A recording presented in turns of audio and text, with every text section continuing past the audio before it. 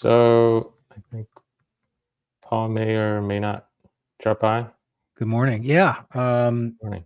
I know Nikki's taken a little bit of Much a needed break. social detox. I think I'm not far behind, honestly. Just need to focus on other stuff. It's just this week was depressing, honestly. Is it also because of the kind of interactions you're getting on social media? No, honestly, seeing the reactions to Charlie Kirk's murder was it's hard. It's hard to see. Um, and I don't like the cancel culture either. You know, um, but the left, the left started it. They're the ones that started.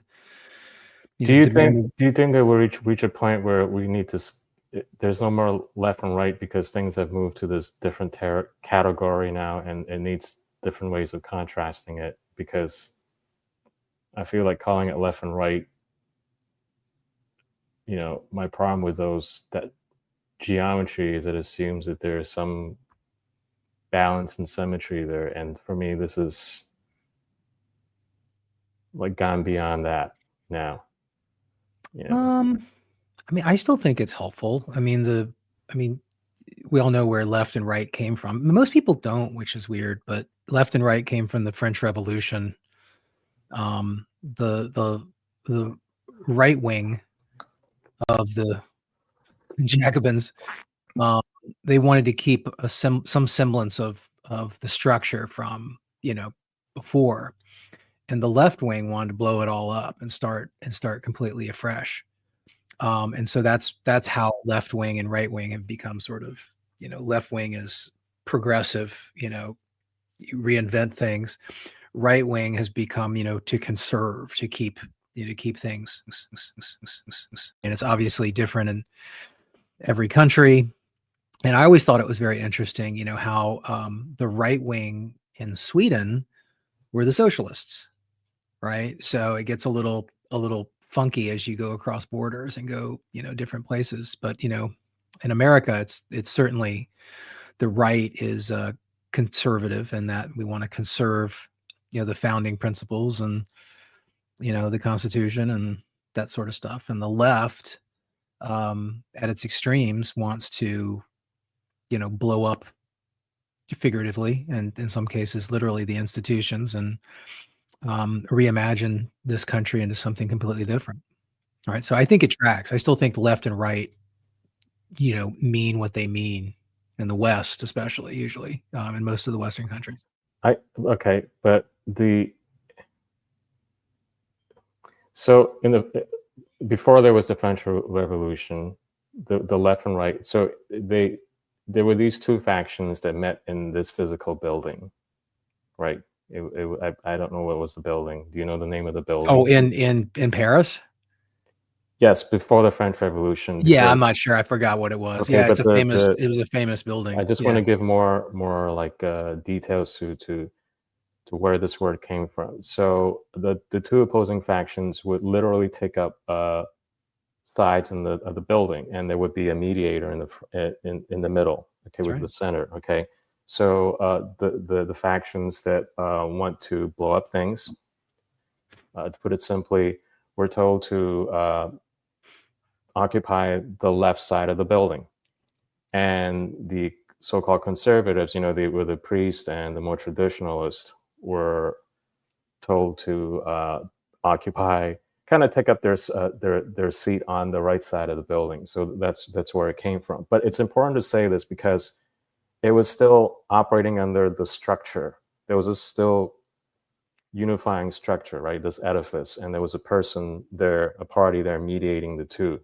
And why I say I think where things are kind of going right now, what we call the left right now has decided to operate entirely out of this framework now. Yeah. And that's why we need to start calling that out. Yeah, we can continue to call it left and right, but a lot of these actions are not conducted anymore within a common framework. Yeah, well, so you had it right there. Yeah. Yeah, I found it. And I agree with what you just said. I mean, So I think a lot of people are, even a lot of normies who don't really track politics. There's something, the way we call the left is reacting to this, and the culture they built that is operating entirely out of the norms of the structure that is the American Republic. a And absolutely. And, in my estimation, there's a couple, ways to frame that. There's a couple reasons for that. And I think, there are a lot of people, unfortunately, that don't like America. They don't like this country. They don't like the founding. They don't like the founding principles. The focus on the individual versus the collective. I mean, again, we talk about this all the time, but this is the only country on earth that, you know, the individual has primacy, right? That's where the buck stops. In almost every other country, the community or the, sort of the collective health or the collective, the focus is on the collective, in terms of like what's the best good. And the revolutionary idea behind America was like, look, if you focus on the individual, the collective health will come out of that, right? But you have to focus on the individual. The individual is the key. And there are a lot of people, and again, they're on the left, who just fundamentally disagree with that, that framework. I mean, but that's our DNA. And I say this all the time, but it's like that joke where they say, sir, this is a Wendy's. You know, America is, you can't. It's folly to try and change the DNA and the structure and the underpinnings, but yet they do it, and they've been trying to do it for over a century now. And they're Marxists, and they believe firmly in the polar opposite strategy for organizing humans under a government, and that is the collective. At all costs, the collective is the highest order, and that's what Marxism is. yeah, And these people are just, it's awful. And what we saw with Charlie Kirk was really interesting because he was going straight at, honestly, their crown jewel of their institutional control, which is the education system, right? We talk about this all the time too. The left controls almost every institution that we have in our lives, and they have ever since I've been alive. The left controls Hollywood, right? The left controls academia, from elementary school up through higher ed. The left controls Wall Street, right? The left controls the tech industry, Silicon Valley. They control the music industry. They certainly control the government. I mean, they are the administrative state. And to a large degree, in the last few decades, they're starting to control the church. And what's interesting is that, you go back to this past election, and half the country, more than half the country, doesn't agree with that. And so we're in this weird zone of like all of these cultural institutions, the higher ups and the principals in these places, these, the movie producers and the deans and the high level administrators and the people that give out the country music awards, and all these people are hardcore leftists, but the rest of the public is not. And it's like it's this real weird sort of loggerhead clash that's going on, and it's the elites versus the hoi polloi, and it's just right. really interesting how it's flopped in a way, because I think when we were growing up, the white shoed, ritzy titsy country club people, everybody was like, oh, those are the Republicans. I don't know if they were ever really the Republicans. I mean, maybe, but just because you're a rich person, you may like the tax cut aspect of the GOP, but we're seeing, everything else doesn't really matter to a lot of these people. And in fact, they believe the opposite. They don't believe in the Constitution. They don't believe in the Bill of Rights. They don't believe in the Enlightenment or the underpinnings of the thought and the theory about human nature that so carefully went into founding this country. Was it perfect? No. Was it, did we handle slavery right? No, of course not. But we have made, I think, good adjustments along the way, with the exception maybe the 17th Amendment. We certainly made some bad adjustments along the way too. But anyway, that's a long-winded way of saying I still think that the left-right paradigm tracks. It's just shit's fucked up right now. I'd like to coin a term, I don't. Okay, I think it tracks if people are willing to operate within the same building, metaphorically, like they did pre-revolution. But the people that were occupying the left in Paris that time knew that they weren't intending to be sitting on the left side of that building. Their plan was to take over the building, which is what they did. Oh, yeah. I think there was some naivete on the part of the people sitting on the other side, on the right side of the building, who thought they could kind of broker peace and work something out through this central. I had to look that up. There was like it's a procedural thing. I think it's a judge or a priest who kind of mediated things through that center line. That didn't happen. But I want to go back to the beginning. You said something about how this country was founded on the recognition of the individual, right? Yes. And key to what we understand, the fundamental unalienable right is your right to life, liberty, and the pursuit of happiness. So what Charlie Kirk was doing was an exercise of an inalienable right. But what I find interesting is that through the decades, there's like two definitions of individualism that has emerged. The individualism you and I understand, and then there's another type of individualism which there's a faction on the right, the conservative, who are saying, well, it's because of individualism. Have you heard that argument before? That's why we're no longer we are in this state, and I think it's important to understand how you were talking about how our institutions, cultural and commercial, became captured. I think part of it is that we have ceded some of the words that let these extremists fast track into high society. And I think one of the words is liberalism, because traditionally we understand what classical liberalism is, but they have taken that to mean they have redefined that to mean that it's freeing you from certain oppression narratives. Like they created these narratives about oppression, and then liberalism will liberate you from that. So, yeah, I mean, liberalism, is sort of an opening up.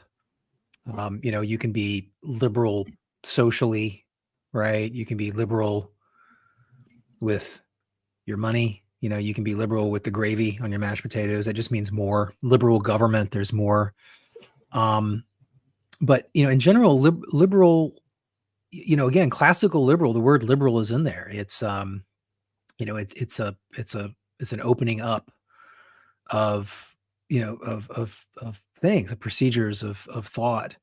I for one think that the term liberal has been completely bastardized, and the left and the right did that, right? Because the liberal, the idea of being a liberal was cool up until a point. I don't think a lot of these people today are liberal at all. Like, they're very illiberal. I use the term progressives, because that's what they claim to be. That's the party, that's the political movement. And, in the West, it's progressives, and it's neo-Marxists. I'm not going to give up liberal because, again, it's become a catch-all, right? Like, it's what libs of TikTok, right? Like, oh, you're a lib. I get it. Sometimes words and phrases, you know, they get morphed and you can't get them back. But, words also mean things. Um, conservative means to conserve, right? I think the word conservative in our political debate these days is more accurate in general to what it is than liberal is, right? If you look at liberal and conservative and you say, oh, those crazy, you know, LGBTQ, plus, those are liberals. Like, no, I mean, they might be liberal in their sexuality, right? Or their, libertine, this sort of, approach. But in terms of political, history and definitions, that like they're not very liberal, right? Like freedom of speech is a liberal tenet, right? Our Bill of Rights is, a liberal, suite of of decrees, right? And it's like we can't forget that. That's what that was liberal back then. That was a good thing.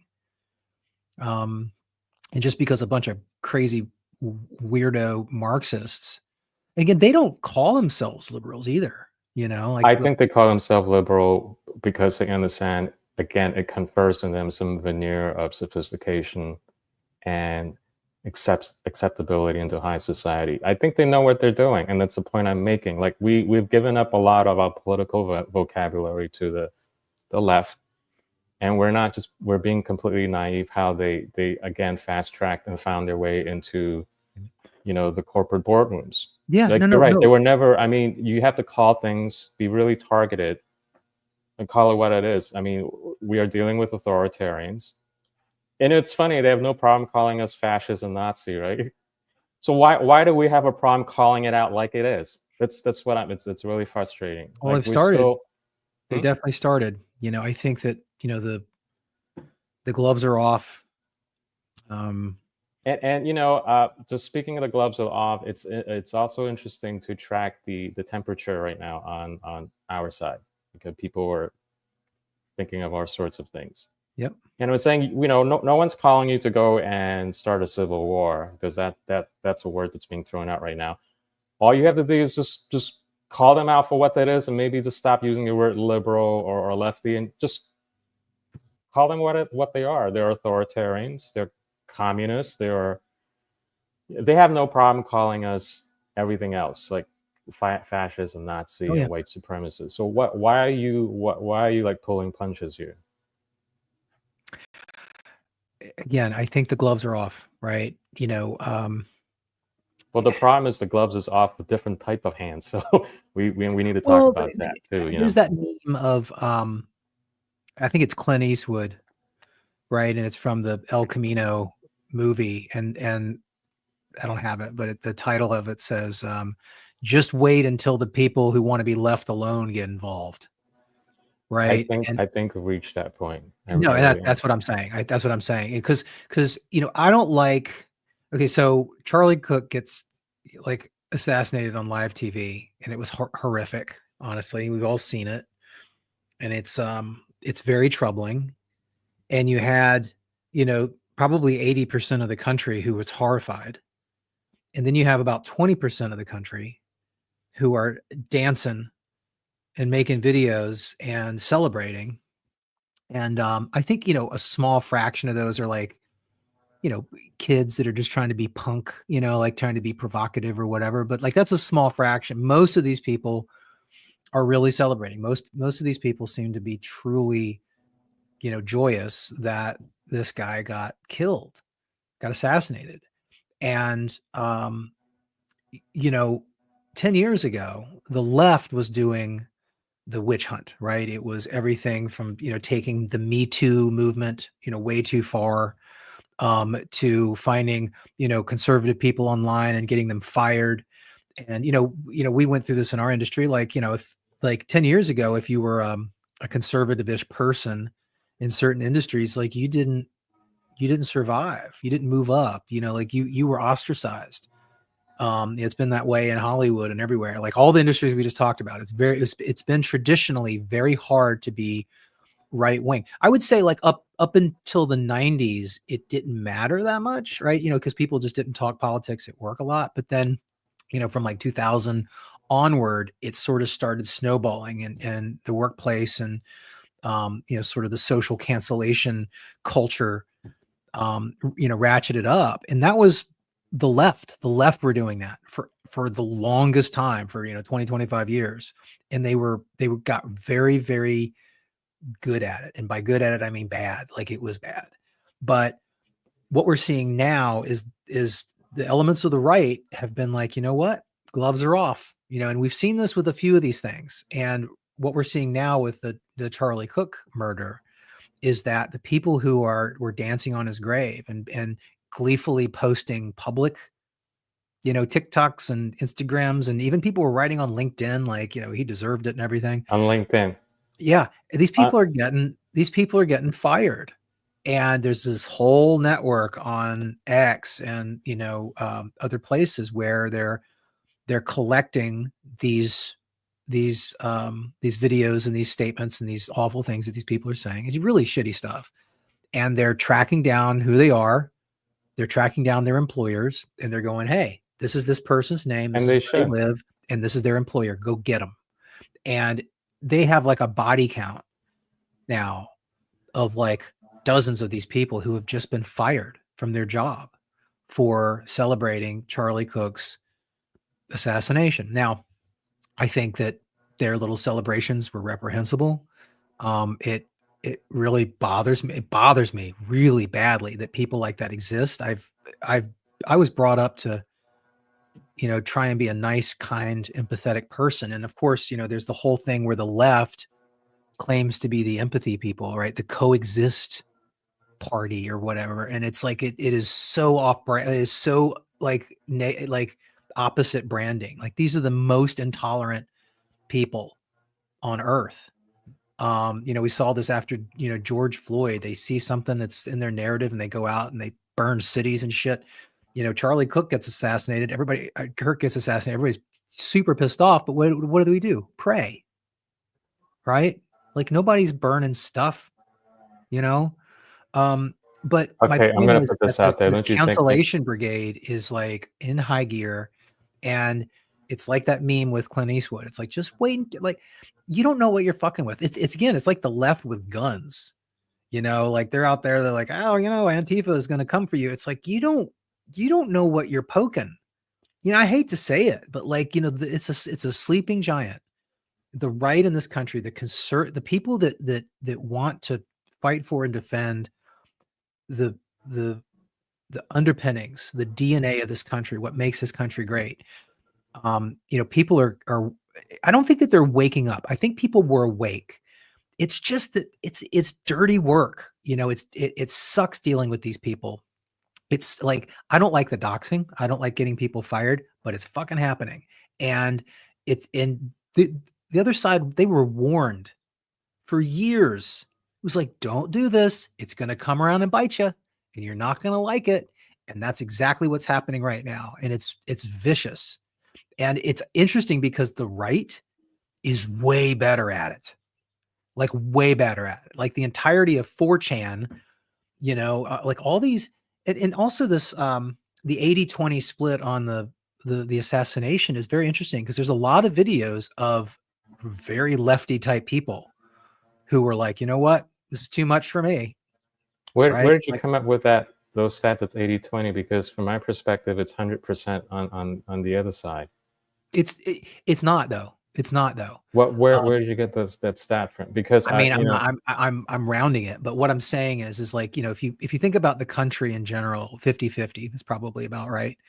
Um, on this, watching Kirk, I can call him Cook, Charlie Kirk getting shot in the fucking neck and dying live on TV. He died right there. I don't know if you saw the video, but nobody loses that much blood that quickly from their yeah head. yeah Like he was gone within yeah seconds. Sorry. executed, yep, in public. It was executed. It was a But my public point is execution. that even though the country is split 50-50, there were a lot of Democrat voters, people that voted for Kamala this last round that, you know, probably posted a bunch of awful shit about Charlie Kirk up until now, who were like, you know what? Nope, can't do that. I think a lot of that is genuine. You know, there are a lot of people posting videos and posts. Oh, you don't agree? I really don't agree at this point, You think because they're lying? I think that's the good part of our side wanting to believe that there are still good people. Maybe there are, but you just started the show early by saying that most of our cultural and political and commercial institutions are 100% captured by these people. So I didn't that's say where I'm 100%. getting. That's what I'm going to say 100% right now. I don't. It's not I may be 100%. maybe extreme, but that's how I feel right now, and I'm sure a lot of people feel about it. And you have seen very little people. Well, they may say, well, Cenk Uygur came out and this person came out, but look at MSNBC, right? Look at all the, like, they are quiet about it, and you know that these are the people. If we don't want to go after the normies on the left who are celebrating on libs of TikTok and Blue Sky, it's 100% on the elites, the cultural elites on that side, because they came up with the language and the culture that made this permissible, and then They they kind did. of let the people on the streets do this for them by proxy, and they know what they were doing. So Absolutely. so You're not wrong. I want this administration to go after them hard. We're not saying, so I'm not into the whole civil war thing, like we have to go and do things to people. Go after the elites, kick their ass. Do you know when this really started? Kathy Gifford. Was it Kathy Gifford? Griffin, Griffin. with the head of Trump. Yeah, I think I think they were already there 10 years ago. We were just like giving them the benefit of the doubt. Like, maybe they'll come around, maybe it's one or two. But when you have people like, I already knew that they've already reached that point where they have left the building where left and right is supposed to kind of talk to each other. The French Revolution has already started for them. They were going to take over the building when they were holding up Trump's severed head. Again, That's the look, reality. and I'm probably being too charitable, but I think you are. I get, that's what I'm saying. But I do think that how I get to 80/20 today, right, with the overall population of the country, rightfully looking at that assassination and saying, holy shit, that is completely wrong, right? The fact that there's 20%, right, even though you think that's too small, even though there's 20% still left that are doing like dancing on his grave, is very troubling. But I did see a whole lot of high-end leftist accounts essentially find themselves in this weird place of saying, wow, this is too much, I condemn, whatever they say, like, this is awful. Like, we can't be shooting people. And then you see the comments. So there's one account in particular. It's called Mueller, She Wrote.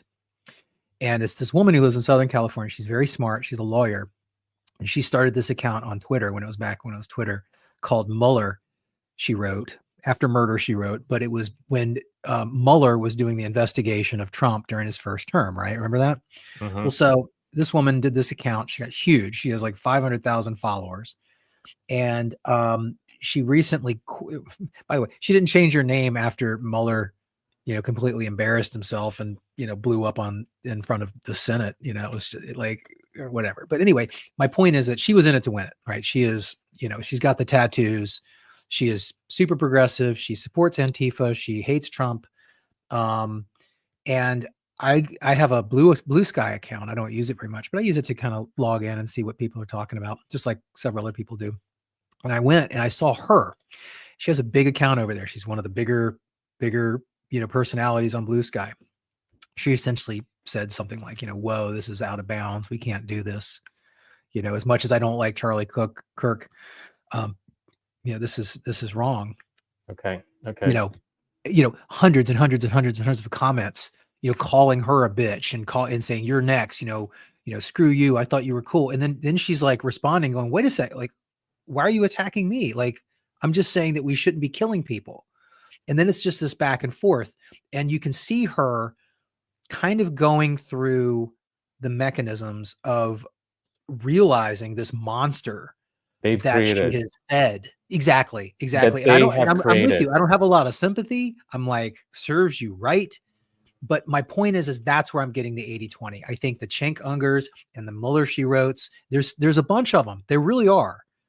I think that half and half split we normally have for the country. I think that there's 30% of those on the other side that genuinely don't want people being murdered for speaking their mind, even though Okay. that's all I'm That saying. may be the case, but I'm saying you and I know that these are the same 30% people. I'm going to show an example right now to just show how corrupt this is. These are the people who work in New York City and bi-coastal elites, talk both sides of the mouth. Okay, they Yes. fermented this. They brought Oh this yeah, they give into good statements.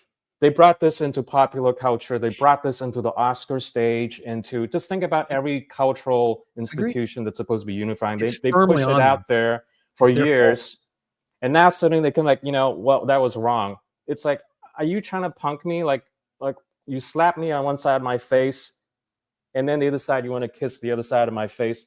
This is where a lot of people are like picking up right now. Like Cenk Uyghur, thanks for that little, Well, in his defense, he's been sort of off that reservation for about a year and a half now. He went off with Anna Kasparian because of the defund the police thing that didn't work. They were in favor of it, and both of them have been like robbed, and so they have been fighting with their own base for about a year and a half, 2 years, honestly.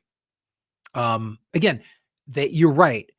They perpetuated it, they sold it, and they fed it, and they made money off of it.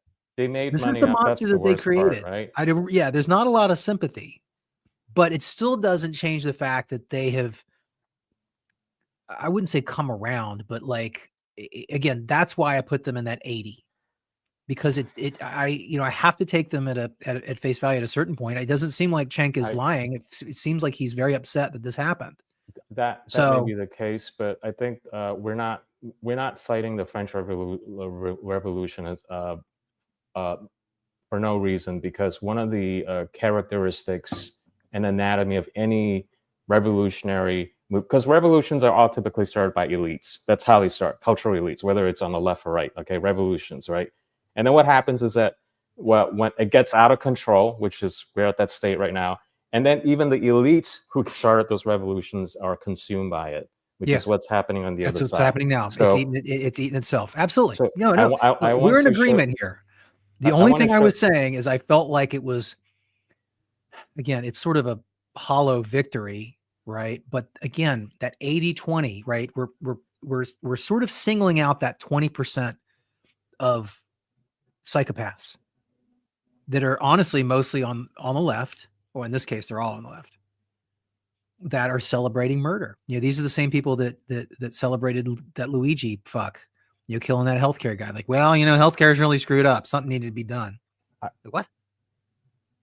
Yeah, You know, I'm going to disagree with a little of that, because the reason I'm pulling up this screenshot here is just to demonstrate how the polite societies, the cultural institutions that we're hoping the other side, the left, have to help mitigate and maybe temper these things from getting out of control is so corrupt. I personally think it's maybe not repairable. So you're looking at a screenshot of a post from a fellow NDR member. I won't name her name. She is in the publishing company here in New York City.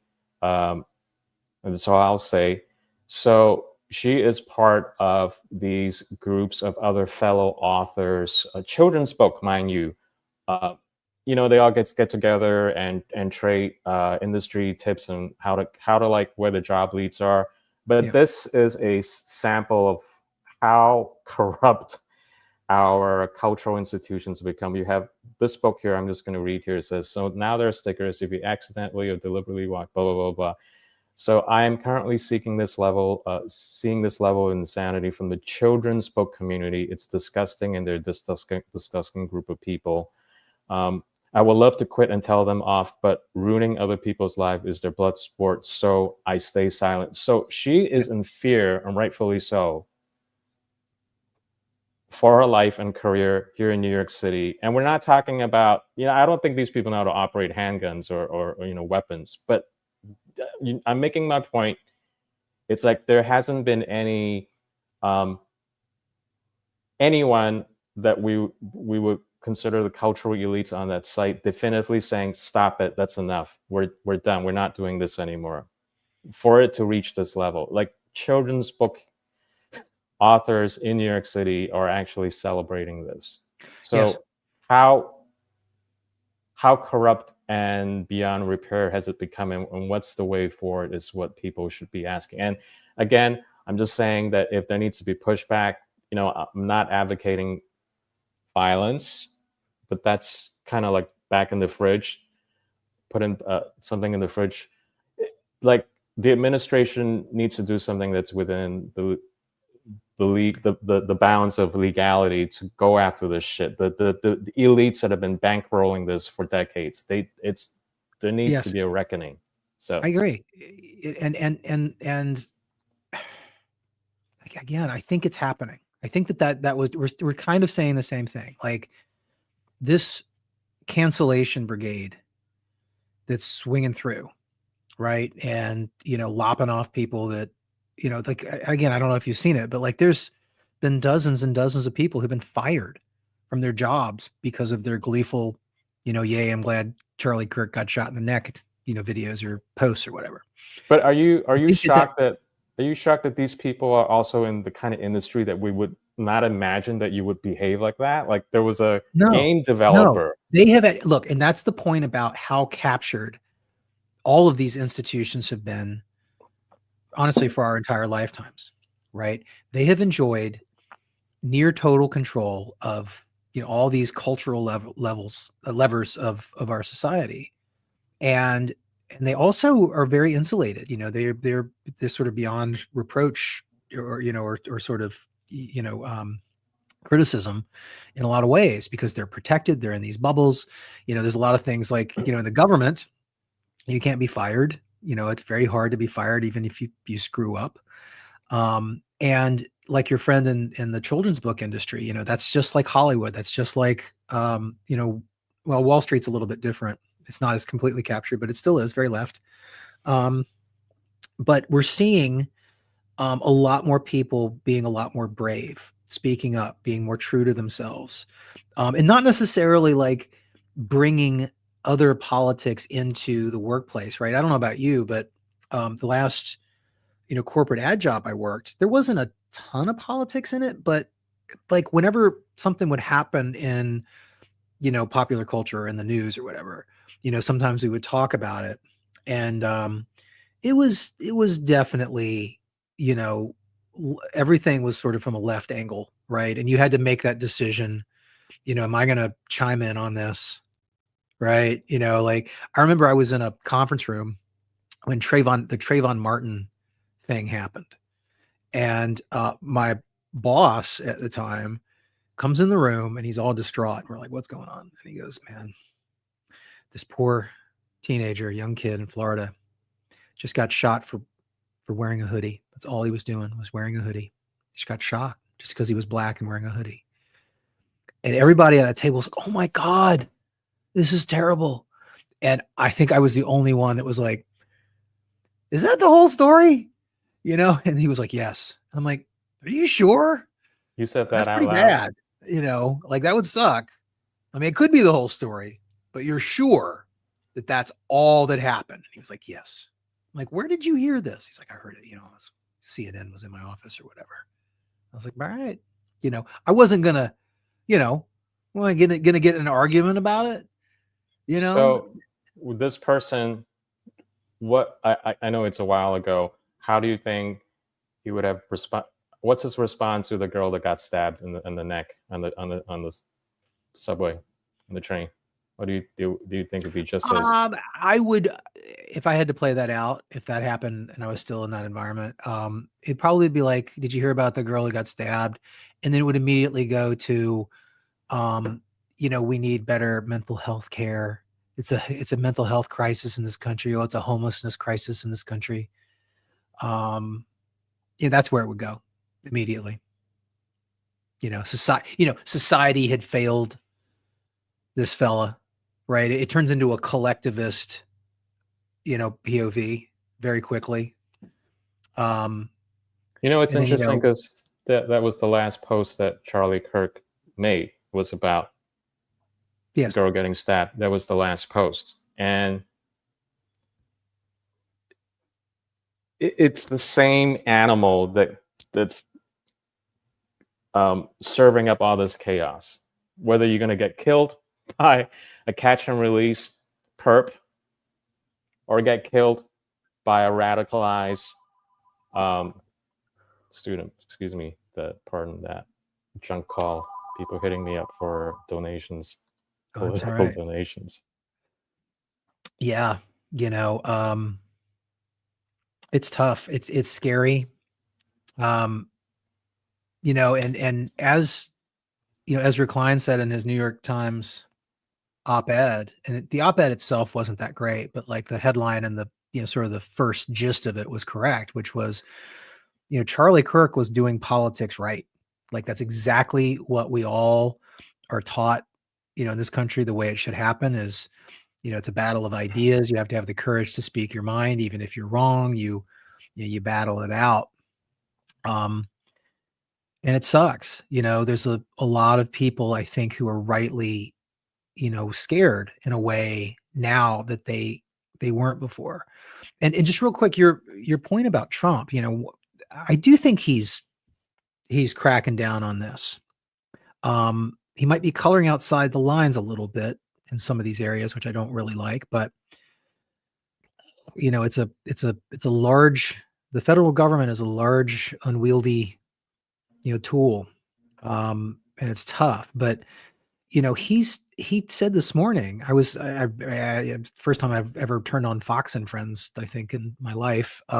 But not that it's a bad show. It's just not what I tend to turn on.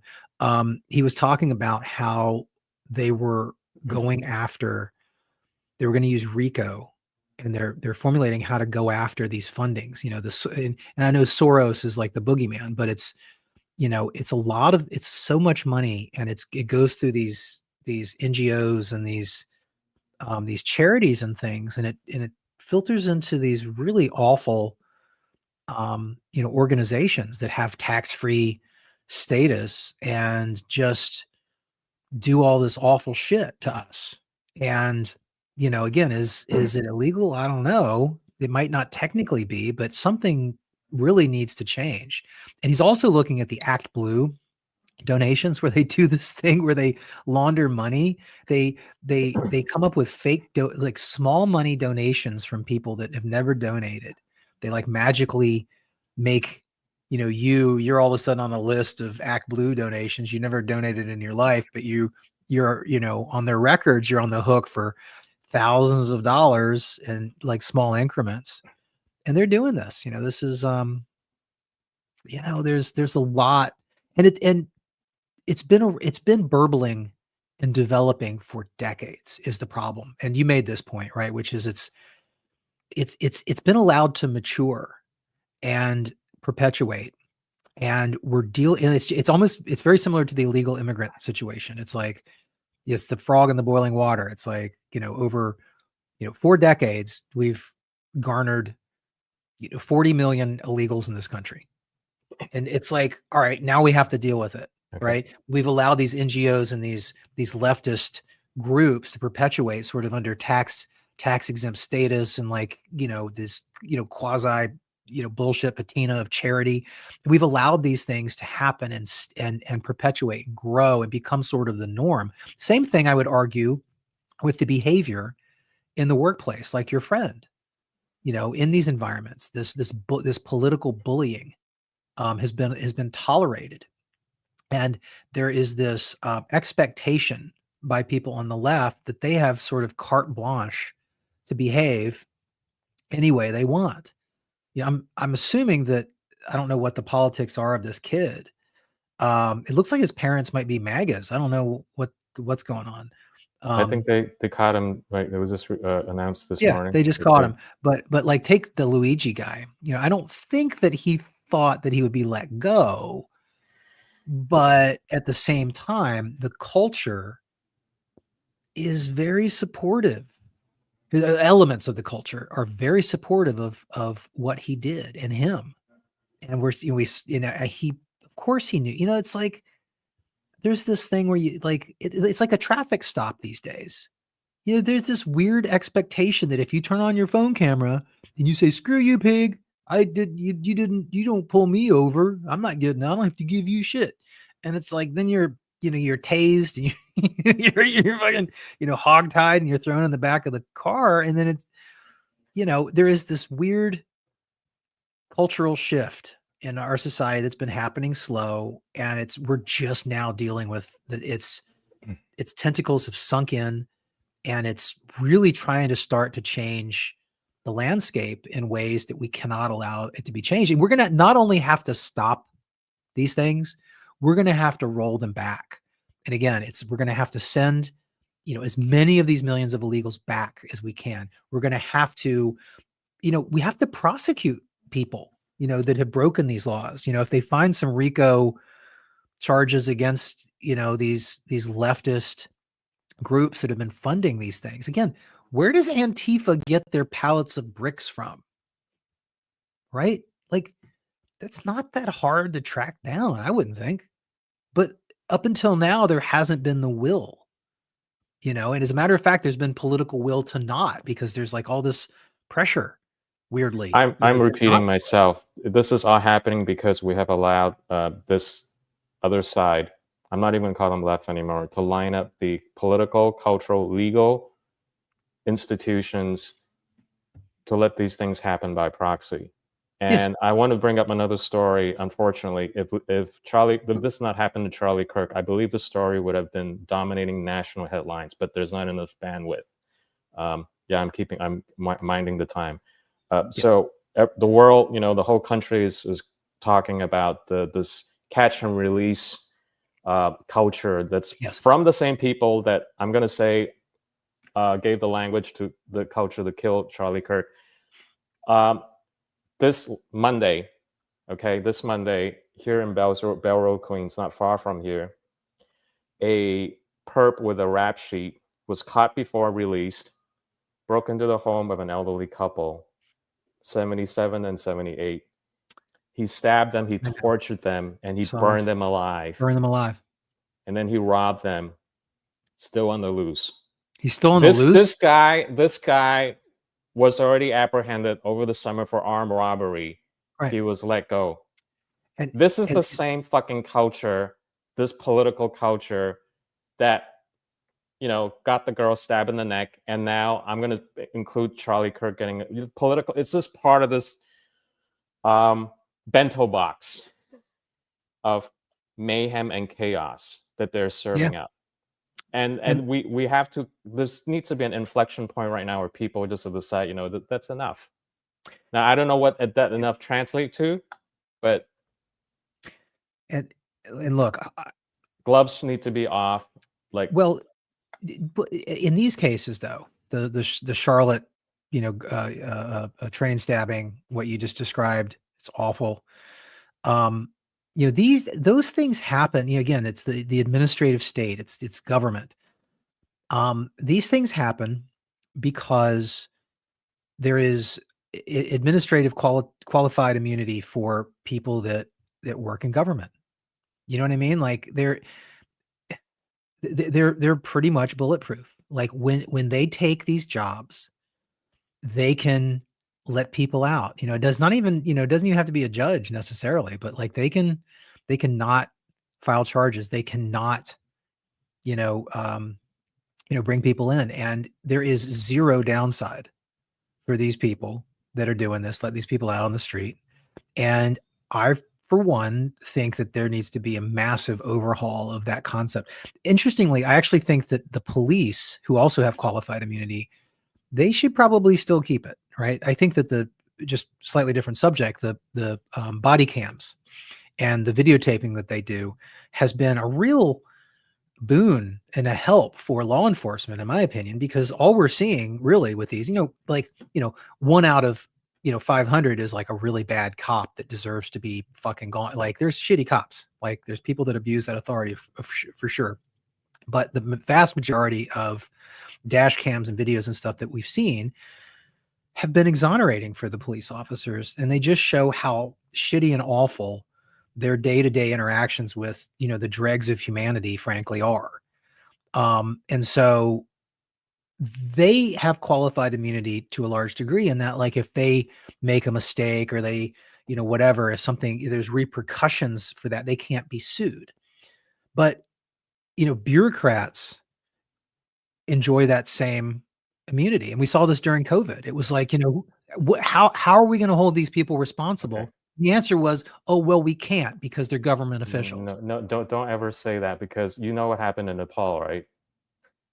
They Yeah. just overthrew the government. So I'm just telling everyone right now, we have to be very mindful that when institutions fail their fundamental duty to protect people. I don't think you understood what I was saying. I think Yeah. that, again, there is no process right now, right?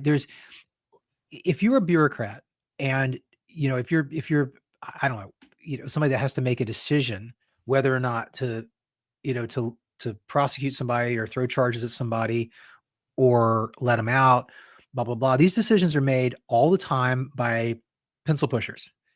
And there is zero downside for them making a mistake, right? And it could be an honest mistake Well, that needs or to it could be change an then. on purpose, decision. Mhm.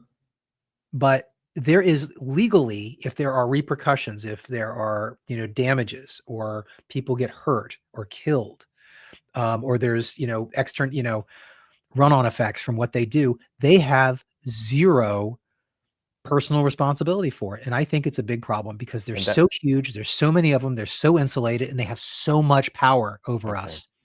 You know what I mean? It's everything from, like, we were talking about your pool the last time. Like, what if that inspector, screwed you guys over and said, caused you to spend $40,000 you didn't need to spend because, he fucked up. Like, I'm sorry, but, like, that person needs to be somewhat personally responsible for that bad decision. Or else, where are the checks and balances? Like, so that's not how life works. so extend those type of liabilities to the people who work in public institutions. As simple as that. Because you and I haven't run our own business. We are liable for just about every other thing, right? Oh, yeah. We're responsible. So why are they so special? If your parents were murdered and tortured and murdered because you let a perp out, Yeah. That's you what I should be mean. held That's what I liable. mean. That's what I mean. Whoever, Okay. if you can sort of track down the chain of decision and Yeah. say, like, which one of you allowed this person to leave? Yeah. Sorry, you can't do that. It ended in a death. Like, Yeah. you We need do to we be do held that with responsible. products. We do that, right? People can sue all the time, right up to the CEO, People and can say, sue for everything except for well, that this needs to kind of stuff. change. Yeah. That's how we kick back. So, all right. All right. So, all right. Thanks. Well, maybe we'll continue this next week. Thanks, Yeah. Eric. I'll Good one. talk to you soon. All right. Bye.